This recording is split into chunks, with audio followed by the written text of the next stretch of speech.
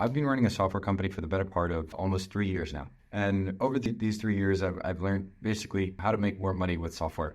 And then that is effectively my job. And I help out a lot of people who also make money in software in a different way, which is like, running SaaS and technical products. And, but at some point in time, I was just a developer and I didn't make any money from this stuff. And I was just learning out of my own curiosity and then kind of building side projects and things like that. And I think that's a pretty common experience for a lot of developers and people out there who are learning development often because they want better jobs, things like that. And, they basically, they go into it with some kind of prospect of making money one way or another. And so I wanted to speak a little bit on, I think, the options that you have to monetize your skills as a developer, because I think I've been through pretty much all of them, or I've tried all of them. Now, in long story short, there are a couple key ways, and that is, building a company or getting a job, right? So you do one of those two things. And then within those, there's different ways. So within getting a job, there's all kinds of different developer niches that you can get into. And then also within building a company, you can build a SaaS company, like a tech product company, or you can build a software consultancy, which is what I have. And there's loads of different ways to go about it. And you effectively are either getting paid to build stuff, to exercise those software engineering skills, which is basically either getting a job or running a software consultancy company, or you are building a product which happens to be built with tech. Now, I made a video on this, which I definitely suggest you watch if you are curious about getting into SaaS, but SaaS is not all the hype. It's a good business model, but it's got a lot of drawbacks that a lot of people don't see. And I say this as somebody who has worked with a lot of SaaS companies and has tried to build a SaaS type tech company myself. I tried to build one before this agency, didn't go very well. And then also, now my job is to help a lot of these kinds of companies, and I can see why, a lot of them struggle a lot, basically. And so that has given me a really interesting perspective. And I made the video breaking down those two, but I wanted to kind of from a broader level, just speak on monetizing skills as a software engineer. And I think the first step is building portfolio. I think that is the fundamental first step to any of the above. That means if you want to become a freelancer, if you want to get a job, if you want to run a company, whatever it is, build portfolio. And when I talk about portfolio, I mean build quality projects. I think a lot of people underestimate what a quality portfolio means, and they build something that really just honestly isn't that great, and it just doesn't stand out.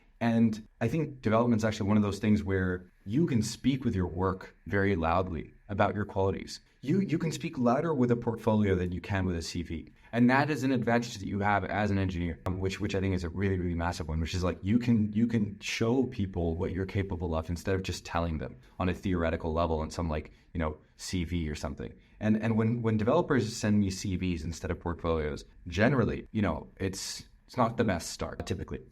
I don't particularly want to see, I want to see what people are capable of when I'm hiring. And I think that's the same with most good jobs. Of course, there are some jobs where they just want to see your CV, and those are usually the kind of cubicle box thinking jobs. And if you want to monetize things, if you want to monetize your work as a developer, if you want to build a tech product, you have to solve some kind of problem. People underestimate how hard that is, because it's really hard to pinpoint a problem and then do it well and then get distribution for it. That's the key part that most people miss. Even if you build something that people want, you need something that people are willing to pay for, and then you need a way to distribute it and to get it out to a lot of people. And if you don't know, doing marketing is not just some walk in the park. You don't just do marketing in a week or something. A lot of people say, oh yeah, I'm just going to build it, and then I'll just do a bit of marketing, and then I'll have my SaaS company. It's not that easy.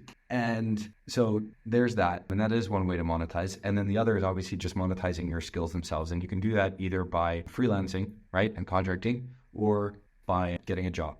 And you can upgrade kind of the freelancing thing into a software consultancy and run your own business. And that has a number of implications, but do, beware that should you choose a path where you build a business, be that SaaS, be that agency, whatever it is, you will have to eventually move away from the engineering if you want to grow it into a bigger business. SaaS is pretty hard to run as a small business, I would say. Most of the time, just for all kinds of reasons, but cash flow, especially if you have a small SaaS, usually it doesn't make much cash flow. Sometimes, you can have just enough where you're happy surviving on that. But even an agency, just if you want to grow something, you have to step away from those technical roles sometimes and step into higher level positions. And so if you want to move into that, just be aware that is a consequence of your decision as well. But you can stay very much in touch and still, get super well paid and compensated as a very senior developer.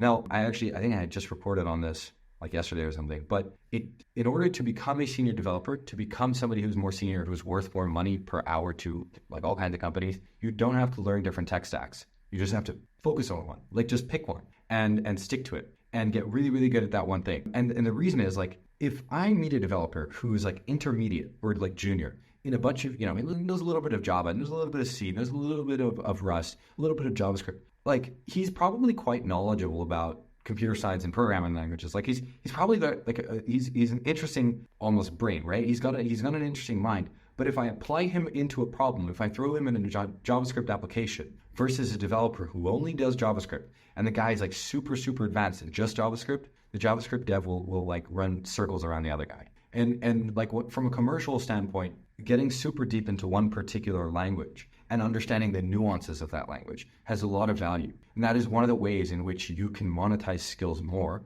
basically like make your development skills more monetizable, is by getting to that point where you are super senior.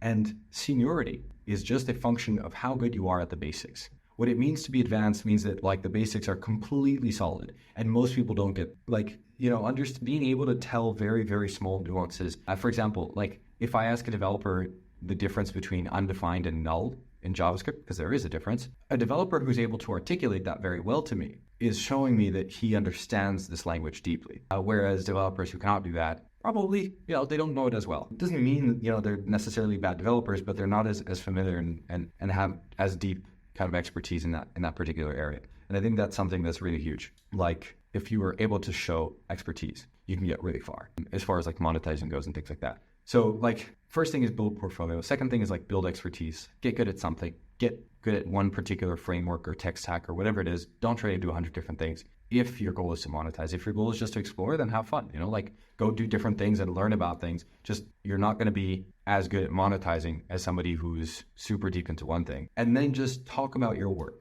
like make people aware that you are building things and building your portfolio. And, like I think one of the biggest things is like, if you want jobs, you want to make public profiles that kind of show that you are like an active human being on the internet. What I mean by that is if somebody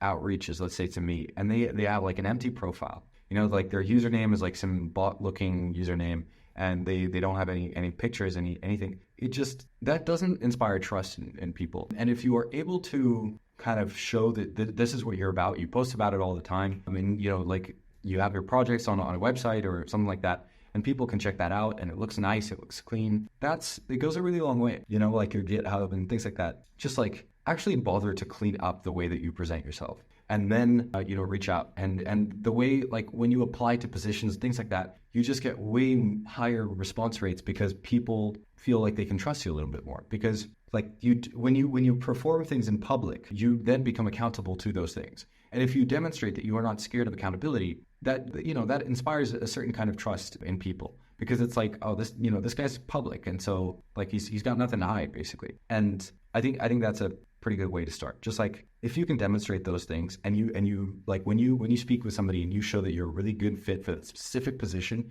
like you can definitely get a much higher kind of compensation versus somebody who's a generalist or something like that. Like it just goes a really long way to focus on one thing, to build a portfolio in that thing, and then to talk about that work. Like if you just do those basics, you can get incredibly far. And yeah, I think if I know that I wanted to monetize my skills before, like I could have really doubled down on making more projects and putting those more publicly, documenting more of those. I think that it's pretty kind of like underrated thing. I know developers, like a lot of developers have this kind of build in public culture, but I still think a lot of them don't really leverage that. And there's opportunity there for anybody to take it. So yeah, if you've made it this far, I appreciate you. And apparently 84% of people who watch these aren't subscribed. So if you want to support the channel, go ahead and do that.